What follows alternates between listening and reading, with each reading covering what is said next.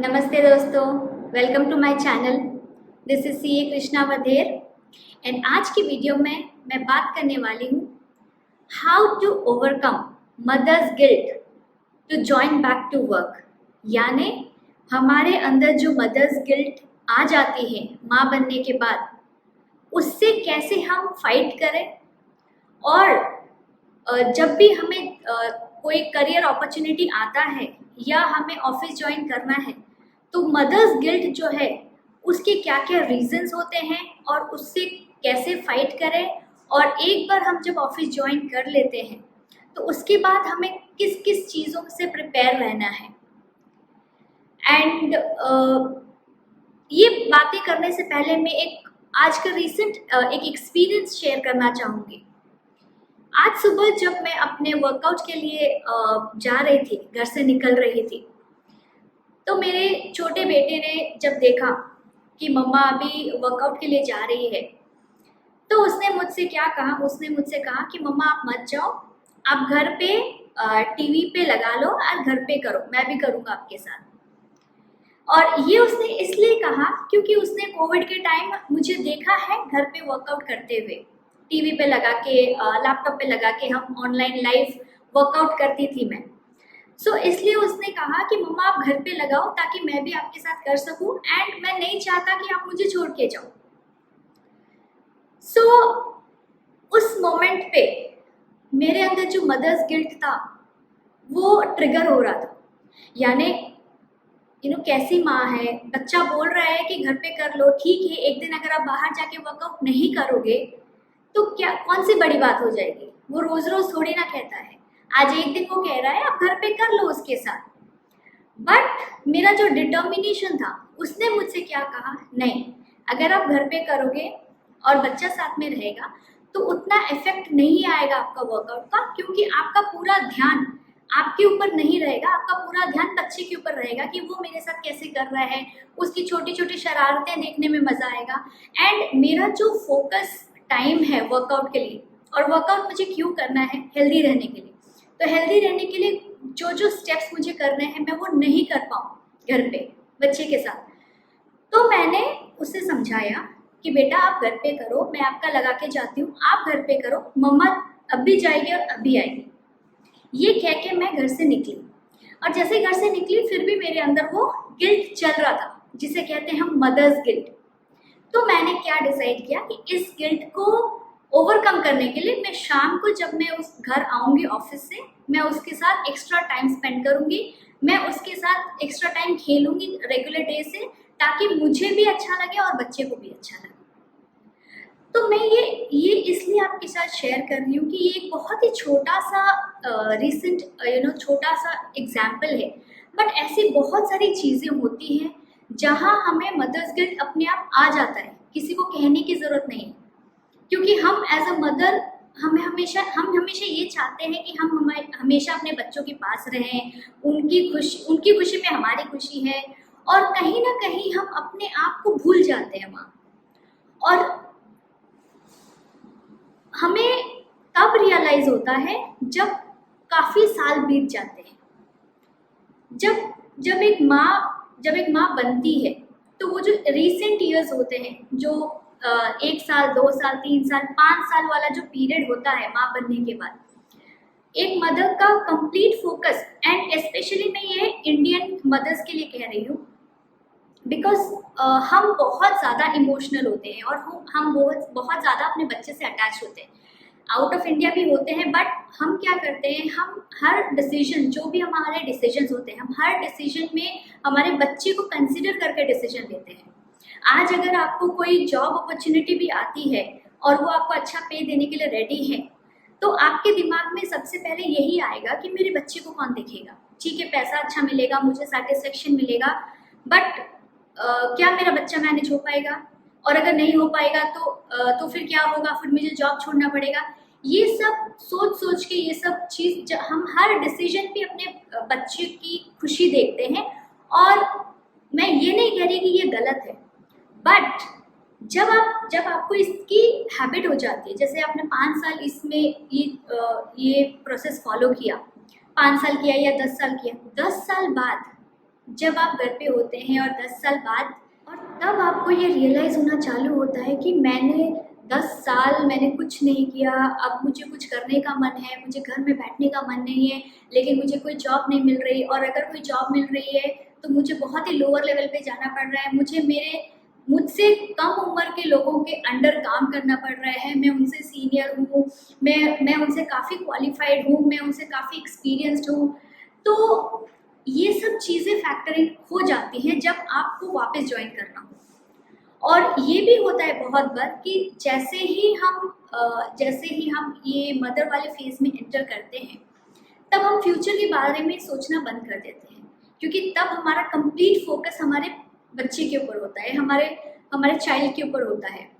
और उस और क्योंकि हमारा फोकस हमारा कंप्लीट बेबी के ऊपर होता है, तो हम ऑफिस ज्वाइन करने का जो पीरियड होता है उसको डिले पे डिले करते जाते हैं।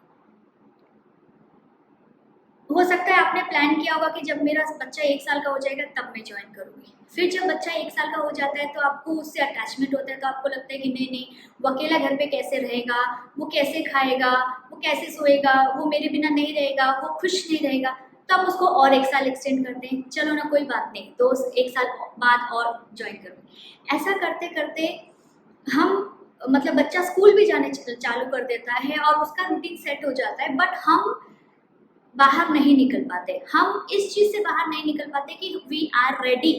अब मेरा बच्चा भी रेडी है, अब मैं भी रेडी हूँ वर्क ज्वाइन करने के लिए, लेकिन because of the mother's guilt हम वर्क ज्वाइन नहीं कर पाते। और मदर्स गिल्ट सिर्फ ये ऐसा नहीं होता है कि सिर्फ हमारे अंदर होता है, मदर्स गिल्ट बहुत लोगों की बातें सुन सुन के भी आ जाता है। जैसे मेरे बच्चे का ख्याल कौन रखेगा, या मैं जिस तरह से अपने बच्चे का ख्याल रखती हूँ कोई दूसरा नहीं रख सकता, इसलिए मैं अपने बच्चों को किसी और के भरोसे छोड़ के नहीं जा सकती। ना कोई डे केयर में ऐसी सर्विस मिलेगी, ना कोई बेबी सिटर से ऐसी सर्विस मिलेगी, ना घर के कोई दूसरे लोग ऐसा कर सकते। जितना प्यार और जितना नर्चरिंग मैं अपने बच्चे को दे सकती हूँ कोई और नहीं दे सकता। काम का क्या है, काम तो हम कभी भी कर सकते हैं, पूरी जिंदगी पड़ी है।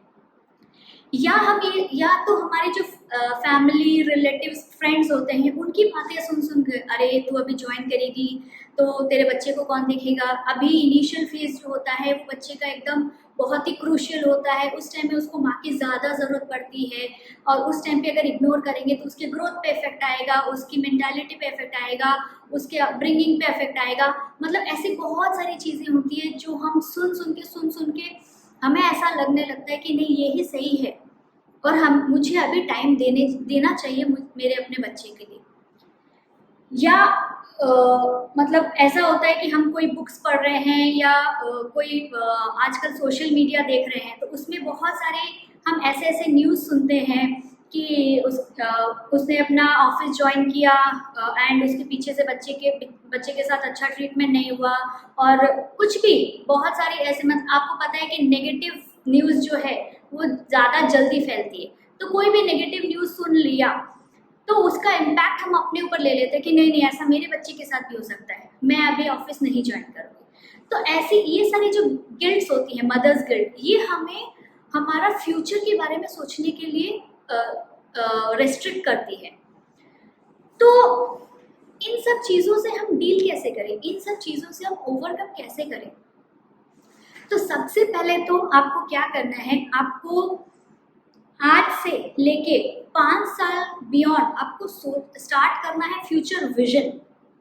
यानी आप आज से लेके 5 साल बियॉन्ड एक फ्यूचर प्रोजेक्शन बनाइए अपना, कि आप अपनी लाइफ से क्या चाहते हैं, आने वाले 5 सालों में आप कहाँ पहुँचना चाहते हैं, और आपने अपने लाइफ के लिए क्या डिसाइड किया है या क्या सोचा है। ये पहले आप एक पेपर पे या कहीं भी आप एक चॉक आउट करिए कि 5 साल बाद आप किस लेवल पे पहुंचना चाहते हैं। अगर आप जॉब में हैं तो आपका करंट लेवल क्या है, 5 साल बाद आप किस लेवल पे पहुंचना चाहते हैं। अगर आप एक बिजनेस वूमन हैं तो आपका बिजनेस अभी किस स्टेज पे है, आप उसको कहाँ ले जाना चाहते हैं। एंड उसके बाद आप ये आइडेंटिफाई करिए कि आपका लाइफ के प्रति पर्पस क्या है। What is your purpose for the life, मतलब आप इस जिंदगी से क्या हासिल करना चाहते हैं। एक बार जब आप ये समझ जाते हैं कि आपको लाइफ से क्या चाहिए, तो आपको अपना फ्यूचर प्रोजेक्शन जो 5 साल वाला है बनाने में इजी हो जाता है। थर्ड इज, ये आइडेंटिफाई करिए कि आपने अभी जो स्टेज है, जब आप वर्किंग थे, उस स्टेज तक पहुंचने के लिए आपने पिछले कितनी मेहनत लगाई थी। अगर आप एक प्रोफेशनल है, एक चार्टर्ड अकाउंटेंट है, कंपनी सेक्रेटरी है, लॉयर है, एडवोकेट है, डॉक्टर है, तो आप ये सोचिए कि आपने उस डिग्री को हासिल करने के लिए कितनी मेहनत लगाई थी। अगर आप कोई बिजनेस चला रहे हैं या कोई बिजनेस सेटअप किया है आपने, या किसी जॉब में है अगर, तो आप ये सोचिए कि उस जॉब को, इस मुकाम तक, आप इस लेवल में जो जॉब में आए हैं उसमें आने के लिए आपने कितनी मेहनत लगाई थी। उन दिनों को याद करिए कि आपने उन दिनों को कैसे रात दिन एक करके आप इस मुकाम पे पहुंचे हो। ये मैं इसलिए कह रही हूँ कि ये बहुत इम्पॉर्टेंट है। हम क्या होता है, जैसे आगे बढ़ते जाते हैं, हम अपने पिछला सब मेहनत या एफर्ट जो हमने लगाया होता है आज इस जगह पहुंचने के लिए, वो हम भूल जाते हैं, क्योंकि ये आज हमें मिल गया है। तो जैसे ही ये हमें मिल गया होता है, हम उसको वैल्यू नहीं करते। तो इस वैल्यू को रियलाइज करने के लिए आपको पास्ट परफॉर्मेंस, अपना पास्ट पिछले दिनों को याद करना बहुत ज़रूरी है। उसके बाद फोर्थ पॉइंट जो है, आप ये आइडेंटिफाई करिए कि जब आपका बच्चा 10 साल का हो जाएगा और उसका दिन पूरा ऑक्यूपाइड रहेगा, school, extra curricular activities, tuitions या स्पोर्ट्स में या किसी भी चीज़ में, उसका पूरा दिन आप चाहोगे कि वो इंगेज रहे, वो ऑक्यूपाइड रहे और वो बहुत सारी चीज़ें सीखे। तो मोस्टली जैसे वो बच्चा सुबह जाएगा और शाम तक वो फ्री होगा 6-7 बजे तक, तब आप ये आइडेंटिफाई करें। और जब वो 10 साल का हो जाता है एक बार बच्चा, तो वो इंडिपेंडेंट हो जाता है, करेक्ट। तो उसे हमारी उतनी ज़रूरत नहीं होती है जितनी एक साल के बच्चे को होती है। तो आप ये आइडेंटिफाई करिए या ये एनालाइज करिए कि तब आपका पूरा दिन कैसे निकलेगा, तब आप अपना पूरा दिन कैसे निकालना चाहेंगे। क्या तब भी आपके बच्चे को आपकी उतनी ज़रूरत रहेगी? माँ की ज़रूरत एक बच्चे को ज़िंदगी भर तक रहती है, बट मैं यहाँ जो कहना चाहती हूँ कि आपका टाइम और बच्चे का टाइम को आपको कैसे मिलाना है। जहाँ और हम इंडियन मदर्स क्या करती हैं, अपने बच्चे को ओवर प्रोटेक्ट करती हैं, ओवर पेरेंटिंग, ओवर नर्चरिंग। मतलब कि अगर उसे 1 गिलास पानी भी चाहिए, अगर वो इंडिपेंडेंट है, बच्चा 3 साल का है, 4 साल का है, तो वो 1 गिलास पानी किचन से जाके ला सकता है। बट हम उसे कहेंगे नहीं बेटा तुम बैठो, मैं तुम्हारे लिए ला के देती हूँ। हम उसे इंडिपेंडेंट होने नहीं देते। वो कर सकता है, और यही अगर आप आउट ऑफ इंडिया आइडेंटिफाई करेंगे तो ये चीज़ ऐसा नहीं है। वो लोग स्टार्टिंग से ही बच्चों को बहुत इंडिपेंडेंट करते हैं, और बच्चे में वो कैपेसिटी होती है, बच्चा अपना हाथ से खाना खा सकता है। लेकिन हम फिर भी 8 साल के बच्चे, 10 साल के बच्चे को भी हम बैठ के खाना खिलाते हैं, क्योंकि वो ठीक से खाना नहीं खाएगा। ये सोच के हम हमेशा उनको ओवर प्रोटेक्ट करते हैं। तो ये आइडेंटिफाई करिए कि जब आपका बच्चा 10 साल का हो जाएगा, तब आप अपना पूरा दिन कैसे निकालेंगे। एंड फिफ्थ पॉइंट जो वेरी इंपॉर्टेंट है, अगर आपको इस गिल्ट से बाहर आना है, मदर्स गिल्ट से बाहर आना है कि मुझे जॉब ज्वाइन तो करना है, मुझे मेरा बिजनेस वापस चालू करना है, मुझे वर्क वापस चालू करना है, लेकिन what about this mother's guilt, वो मुझे करने नहीं दे रहा है। तो अपने फ्रेंड से बातें करिए, ऐसे किसी मदर से बात करिए जो बहुत सक्सेसफुल हैं, जिन्होंने वर्क लाइफ बैलेंस अच्छे से मेंटेन करके रखा है। अपना कोई रोल मॉडल बनाइए। And very important is, shopping पे जाइए। सबसे best therapy for a woman और a mother is going for shopping. ये चीज़ मुझे बहुत हेल्प करती है, और मैंने बहुत मेजॉरिटी ऑफ वुमेन या मदर से बात किया तो वो भी यही कहती है, जब हम बहुत स्ट्रेस्ड आउट होते हैं तो हम शॉपिंग पे जाते हैं और हमें स्ट्रेस फ्री हो जाते हैं। और शॉपिंग पे जाने का मतलब ये नहीं है कि आप अपने बच्चे को लेके जाइए। शॉपिंग पे जब मैं ये कह रही हूँ, मतलब आप थोड़े देर के लिए बच्चे को आपसे अलग होके आप बाहर जाइए, तो उससे क्या होगा, धीरे धीरे आपके बच्चे को हैबिट होगी आपके बिना रहने की। और आपके बिना जब वो रहेगा तो ऐसा नहीं है कि वो अच्छे से नहीं रहेगा, वो अच्छे से रहेगा, वो अच्छे से खेलेगा, वो सब कुछ अच्छे से करेगा। और आपको उसको हैबिट डलानी होगी। ये जो आप स्टार्टिंग में 15 मिनट से चालू करिए, 15 मिनट, आधा घंटा, फिर 1 घंटा, फिर 2 घंटा, तो स्लोली स्लोली क्या होगा, बच्चे को भी हैबिट होगी और आपको भी हैबिट होगी थोड़ा गैप मिलने में। एंड जब यही चीज़ आपको फ़ायदा करेगा जब आप ऑफिस ज्वाइन करेंगे। जब आप ऑफिस ज्वाइन करेंगे तब बच्चे को अचानक से ऐसा नहीं लगेगा कि मम्मा 7 घंटे के लिए, 8 घंटे के लिए मुझसे दूर है, उसको हैबिट हो जाएगी। तो ये जो 5 पॉइंट्स मैंने आपको बताए हैं, ये 5 पॉइंट्स अगर आप अच्छे से फॉलो करते हैं, इससे आपको काफ़ी हेल्प होगा और आप वो मदर्स गिल्ट से बाहर आ सकते हैं। एक बार जब आप मदर्स गिल्ट से बाहर आ जाते हैं, तब आप स्टार्ट करेंगे कि हाँ मुझे अब वर्क ज्वाइन करना है, तो उसके लिए भी आपको कुछ प्लानिंग करके रखनी चाहिए। अचानक ऐसे नहीं कि कल सुबह आप स्टार्ट कर दिया आपने वर्क करना, क्योंकि एक छोटा बच्चा है घर पे, या 7 साल का, 5 साल का बच्चा है जिसको हैबिट थी कि आप हमेशा घर पे रहते थे, तो उसको अगर आप छोड़ के ऑफिस जा रहे हैं तो आपको, या आप घर से काम कर रहे हैं, ठीक है, कुछ भी हो, आप घर से बाहर जा रहे हैं या घर से काम कर रहे हैं, आपको थोड़ा टाइम ऑफ चाहिए ताकि आप अपना काम कर सकें। तो उसके लिए आपको कुछ प्री प्लानिंग करनी पड़ेगी। जैसे कि आप अपने सराउंडिंग्स में ढूंढिए कि आपको हेल्प कौन कर सकता है जब आप ऑफिस जाएंगे, किस पे आप ट्रस्ट कर सकते हैं और किस पे आप एकदम भरोसा कर सकते हैं कि ये मेरे बच्चे को अच्छे से देखेगा। कितने भी टाइम के लिए हो, आपको 1 घंटे के लिए काम करना है, 4 घंटे के लिए करना है, 8 घंटे के लिए, आपके ऊपर डिपेंड करता है। और आप जब देखना चालू करेंगे तो ऐसा नहीं है कि आपको लोग नहीं मिलेंगे, आपको एक पॉजिटिव माइंडसेट लेके ढूंढना चालू करना है। आपके अगर फैमिली मेम्बर्स वेरी सपोर्टिव है, आप उनका हेल्प, सबसे पहले तो आपको उन्हीं का हेल्प लेना चाहिए अगर आप ले सकते हैं तो। अदरवाइज आप नेबर्स का, और बहुत सारे प्लेटफॉर्म्स है आजकल जहाँ पे आपको हेल्प मिल जाती है। एंड जैसे ही आप वो हेल्प लो तो थोड़ा टाइम रखो, मतलब 1 महीना 2 महीना उनके साथ घर पे रहो।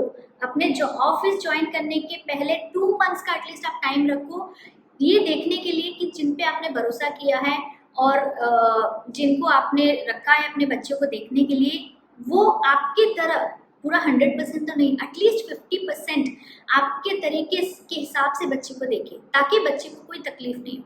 क्योंकि अगर बच्चा चिड़चिड़ा रहेगा, खुश नहीं रहेगा, तो आप भी ऑफिस में आपका मन नहीं लगेगा और वो पर्पस नहीं है। और उससे क्या होता है, हम ज्वाइन तो कर लेते हैं लेकिन फिर बहुत जल्दी हम ऑफिस जॉब छोड़ देते हैं या ऑफिस छोड़ देते हैं, क्योंकि हम ये देखते हैं कि मेरा बच्चा ठीक नहीं है।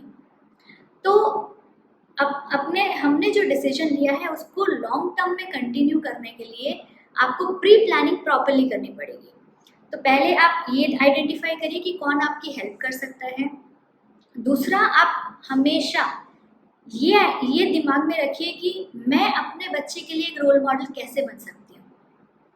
अगर आपकी बेटी है तो आप ये आइडेंटिफाई करिए कि वो बेटी आपको ऑब्जर्व कर रही है कि आप घर पे बैठे हैं एंड आप बच्चे को देख रहे हैं, तो उसके दिमाग में भी वही आएगा कि हाँ कुछ काम करने की ज़रूरत नहीं है या बाहर जाके काम करने की ज़रूरत नहीं है, मम्मा को मन था बट मम्मा ने नहीं किया। क्या आप बच्चे के लिए ऐसे रोल मॉडल बनना चाहेंगे? अगर आप काम नहीं करना चाहते या ऑफिस नहीं ज्वाइन करना चाहते और स्टे एट होम मॉम बनना चाहते हैं, तो आप वैसा रोल मॉडल अपने बच्चे के लिए बनिए। लेकिन वो गिल्ट वाली फीलिंग लेके, मदर्स गिल्ट वाली लेके नहीं रहिए दैट मुझे करना तो था बट ये सब चीज़ें हैं, बच्चा है तो मैं नहीं कर पा रही हूँ। उसके बाद आप अपने टाइम को प्रोडक्टिवली मैनेज करना सीखिए। वर्क लाइफ बैलेंस कैसे करना है वो सीखिए। आपको 8 घंटे के लिए जॉब पे जाना है, ये 4 घंटे के लिए जाना है, वो आपको डिटरमाइन करना है। और फिर घर के काम को या बच्चे के टाइम को आपको कैसे बैलेंस करना है। ऐसा नहीं है कि आपने ऑफिस ज्वाइन कर लिया तो सब कुछ पीछे से भूल जाना है। बैलेंस करना आना चाहिए। बच्चे को भी टाइम देना आपकी जिम्मेदारी है, ताकि बच्चा का और आपका वो कनेक्शन बने। ऐसा हम नहीं कर सकते कि हम सुबह गए और रात में आए, रात में जब मैं घर पे आऊँ तो बच्चा सो चुका है और सुबह जब मैं उठूँ तो भी बच्चा सो रहा है। वैसा भी नहीं करना है हमें। वर्क लाइफ बैलेंस मेंटेन करना बहुत ज़रूरी है और आपको इसको समझने के लिए आपको बहुत सारे रिसोर्सेज मिल जाएंगे गूगल में, अगर आप आइडेंटिफाई करना चाहते हैं कि कैसे करना है वर्क लाइफ बैलेंस। या तो कोई सक्सेसफुल मदर्स है जिन्होंने ये चीज़ फॉलो किया है तो उनके कुछ आर्टिकल्स पढ़िए, उससे आपको काफ़ी नॉलेज मिलेगा। एंड अपना वीक और डे प्लान करके रखिए, मतलब नेक्स्ट वीक आपको क्या करना है वो अभी से प्लान करके रखिए। प्लानिंग मतलब सिर्फ ऑफिस का प्लानिंग नहीं, घर के काम कुछ है या बच्चे के लिए कहीं जाना है, कुछ कहीं पे कोई शॉपिंग पे जाना है या कोई बर्थडे पार्टीज भी जाना है। ऐसा नहीं है कि आप ऑफिस ज्वाइन करें तो बच्चों की जो बर्थडे पार्टीज है, स्मॉल स्मॉल इन्विटेशन है, वो हम इग्नोर करें क्योंकि मेरे पास तो टाइम ही नहीं है। तो मेरे पास टाइम नहीं है तो मेरा बच्चा भी मिस आउट कर रहा है वो सब एंजॉयमेंट, एंड फिर हम गिल्ट में आते हैं। तो हमें, मैं ये सब चीज़ें आपके साथ इसीलिए शेयर कर रही हूँ ताकि आप वो गिल्ट वाले जोन में ना जाएं। हम ऑलरेडी गिल्ट वाले जोन से बाहर आ चुके हैं और अब हमको जाना नहीं है, और अगर हमें नहीं जाना है तो हमें कुछ कुछ चीज़ें हैं जिसको मैनेज करके रखना होगा। तो अपना टाइम को मैनेज करिए, अपना वीक प्लान करके रखिए, अपना दिन प्लान करिए कि आज मुझे क्या क्या करना है। And very important is plan be ready रखिए। अब ये तो ज़रूरी नहीं है ना कि हर दिन आपने जैसा प्लान किया था वैसा ही होगा, करेक्ट। किसी दिन आपके ऑफिस में आपके 4 घंटे की जगह 8 घंटे लग गए तो क्या होगा? तब आपने जिनको बोला था कि आप 4 घंटे के लिए मेरे बच्चे को देख लीजिए फिर मैं आ जाऊंगी, उसके बाद क्या होगा? तो ऐसा ये सब जो चीज़ें हैं, प्लान भी रेडी रखिए ताकि ऐसे किसी इमरजेंसी में या बहुत ज़्यादा काम के टाइम पे, रिक्वायरमेंट के टाइम पे आप उस चीज़ को अवेल कर पाएँ। और सेम चीज़ आपको ऑफिस में भी अपने जो सीनियर्स हैं उनके साथ या मैनेजर्स हैं उनके साथ कनेक्ट बना के रखना चाहिए कि मेरा एक छोटा बच्चा है या मेरा 5 साल का बच्चा है या 7 साल का बच्चा है, तो ऐसा कभी हो सकता है कि मुझे घर जल्दी जानी पड़े। तो प्लान भी हमेशा अपना रेडी रहना चाहिए, और ताकि जब वो सिचुएशन आए तो हम बहुत ज़्यादा स्ट्रेस नहीं हो जाए। और उस स्ट्रेस में जब हम आ जाते हैं ना, जब वो 2-3 बार वो चीज़ हो जाती है और वो स्ट्रेस की वजह से फिर हम जॉब छोड़ देते हैं, फिर हम काम करना बंद कर देते, नहीं नहीं अभी नहीं होगा मुझसे मैनेज, मैं अपना घर और फैमिली और बच्चों को टाइम देती हूँ, जब ये थोड़े बड़े हो जाएंगे तभी मैं जाए करूँगी। लेकिन तब क्या होता है, तब हमें बहुत ही जूनियर लेवल से स्टार्ट करना पड़ता है या स्क्रैच लेवल से स्टार्ट करना पड़ता है, और तब हमारी फ्रस्ट्रेशंस बढ़ती जाती कि यार मैंने 10 साल गंवा दिए या 10 साल यहाँ चले गए, अभी तक मैं यहाँ पहुँच गई होती, वहाँ पहुँच गई होती। तो अब फिर हम अपने ऊपर सेल्फ डाउट करना चालू करते हैं। और one more very important thing जो मैं आपसे शेयर करना चाहती हूँ वो ये है कि be vocal about your motherhood. बहुत बार ये होता है कि जब हमें कोई जॉब ऑफर्स आते हैं या कोई काम का ऑफर आता है या कोई बिजनेस स्टार्ट करना है या कोई क्लाइंट आता है, तो हमें बहुत हिचक होती है बोलने के लिए कि मेरा एक छोटा बच्चा है, मुझे उसे भी देखनी है। क्योंकि कभी कभी हमको रात को 8 बजे कॉल आते हैं, रात को 10 बजे कॉल आते हैं और हम नहीं ले पाते, तो हमें बहुत हिचक होती है। नहीं, आपको एज अ मदर अपनी बाउंड्रीज बनानी है। आपको अपने क्लाइंट्स को, अपने जो भी मैनेजर्स हैं उनको आपको क्लियर कम्युनिकेशन दे देना है दैट मैं इस टाइम से इस टाइम तक अवेलेबल रहूँगी, इसके बाद मैं नहीं अवेलेबल रहूँगी because I have family commitment, I have personal commitments. और इस चीज़ के लिए आप जितना ज़्यादा वोकल होंगे और जितना ज़्यादा क्लियर रहेंगे उतना ही आपको हेल्प होगा, और जो जो आपके काम की कदर करते हैं, जिनको आपका सर्विस अच्छा लगता है, वो ये चीज़ ज़रूर समझेंगे। आपको सबको खुश करने की ज़रूरत नहीं है, लेकिन आप अपना पॉइंट जितना क्लियरली मेंटेन रखेंगे उतना ही सामने वालों को हेल्प होगा नेक्स्ट टाइम आपको अप्रोच करने से पहले। सो इस चीज़ से डरिए नहीं और इस चीज़ से नर्वस नहीं होइए कि वो क्या सोचेगा कि मैं माँ हूँ, मेरा छोटा बच्चा है तो मैं काम नहीं कर पाऊँगी अच्छे से, एंड मेरे काम की क्वालिटी ऐसी हो जाएगी वैसी हो जाएगी। ये सब चीज़ें अपने दिमाग से निकाल दीजिए। लोग बहुत अच्छे हैं, बट आपको बस अपना कम्युनिकेशन क्लियर रखना है। जितना क्लियर ट्रांसपेरेंट कम्युनिकेशन रखेंगे उतना ही आपको और आपके प्रोडक्टिविटी के ऊपर बहुत ही अच्छा इम्पैक्ट होगा। So thank you so much for watching. So that's all from my side today. Thank you so much for watching. Hope आपको ये वीडियो अच्छा लगा, और अगर आप मुझे कमेंट में ज़रूर बताइए आपको ये वीडियो कैसा लगा। और अगर आपका कोई भी ऐसा सिचुएशन आप रेजोनेट कर सकते हैं, ऐसा कोई सिचुएशन आपका आया हो एज अ मदर एंड आप इस सिचुएशन से गुजरे हो, तो आप कमेंट में ज़रूर डालिए, मुझे बहुत अच्छा लगेगा पढ़ के।